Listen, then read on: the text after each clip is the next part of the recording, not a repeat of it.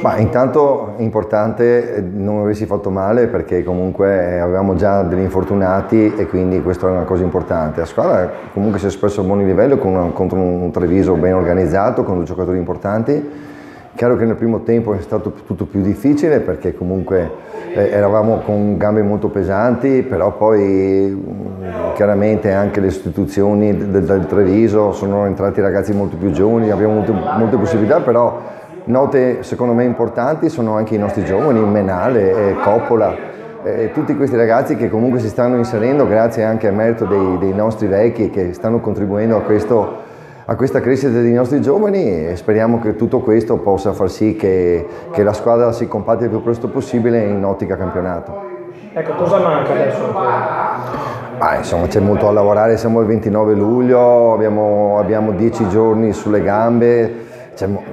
c'è un'intesa che deve migliorare, c'è un'intensità che deve crescere, ma questo verrà giocando, lavorando e cercando di tenere una buona condizione senza infortuni, cercando di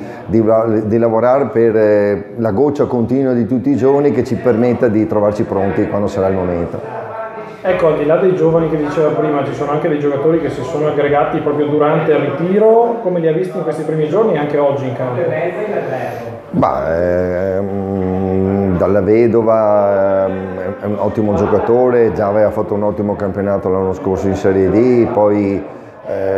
tutti i ragazzi che sanno sicuramente che si stanno giocando un qualcosa di importante e lo stanno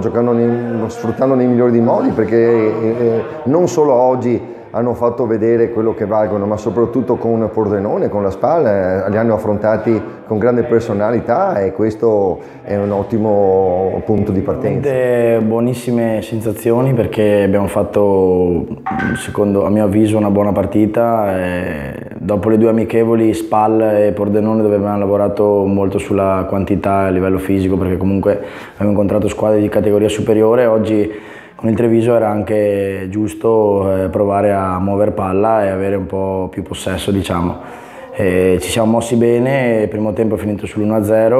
loro comunque è una falsa promozione categoria, perché Treviso è una buonissima squadra fatta di elementi anche molti che provengono dalla Serie D, però quello che mi interessava quest'oggi e ci interessava soprattutto al mister era di provare a palleggiare e costruire azioni da gol. Cosa che è avvenuta nel secondo tempo, perché comunque anche loro con le seconde linee eccetera abbiamo avuto più magari possesso palla e abbiamo costruito di più. Ecco, sei uno dei pochi rimasti dall'anno scorso, come cresce questa squadra con tanti innesti come quelli di quest'anno?